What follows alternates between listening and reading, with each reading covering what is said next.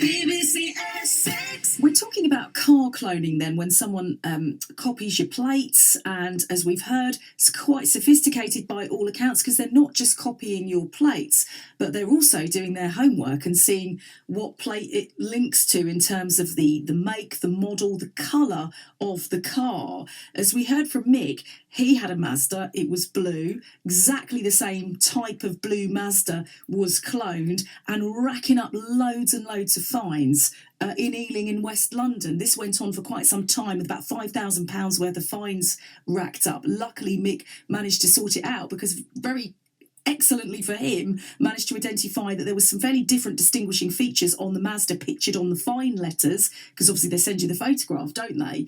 And his Mazda, and managed to get it all sorted out.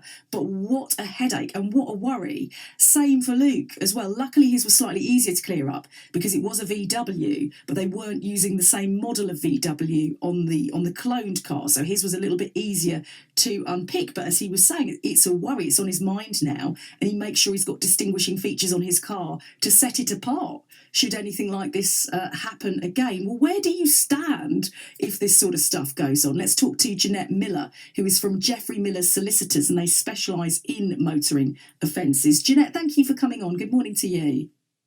Morning, Sonia. So what happens then? What sort of protections do we have if something like this happens to us? We have very little protection. You talked about the scammers being very sophisticated. To get things like this resolved, there is a level of sophistication needed from the targeted motorist, because it's really up to you to report to the police, to DVLA, and sometimes, depending on the operation of the scammer, it could involve having to liaise with multiple different constabularies, because of a widespread use of a cloned vehicle. It could be all over the country, and you might be required to be the one that joins up the dots each time you get any notice come through. So it is a nightmare for the motorists, and the only way to get it resolved is to keep reporting incidences of the cloning, get a crime reference number, and to ensure that you can prove that basically that there is something amiss here anytime something comes through.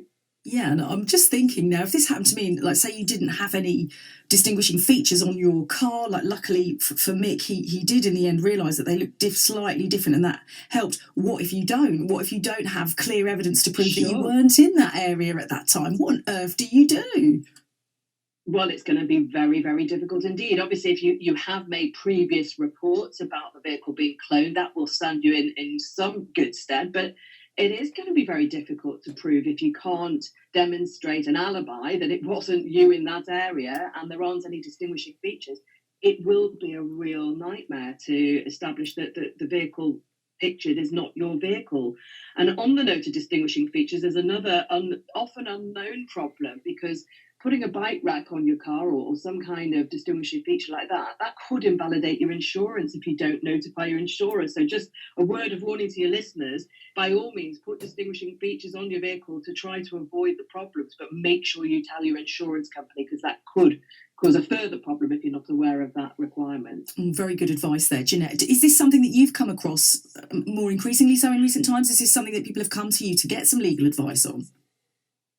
Yeah, I mean, I have spoken to a number of people who are absolutely exasperated. There's not a great deal we can do as solicitors other than give the advice that I think your listeners are providing, and just to tell people to keep reporting it, because getting a lawyer involved is not necessarily going to assist any further. It will be a costly process.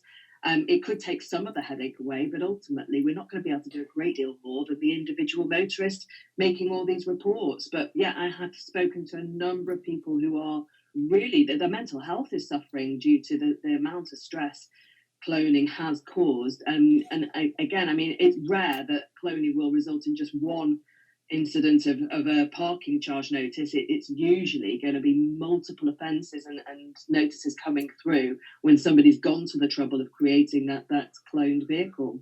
Yeah, Jeanette, thank you so much for coming on this morning. Jeanette Miller from Geoffrey Miller Solicitors, talking about how worrying and frustrating it can be if you're in the centre of this, and actually how little protection you have. Really interesting stuff. And as we know, as we heard from the start of this from the RAC, numbers are on the rise.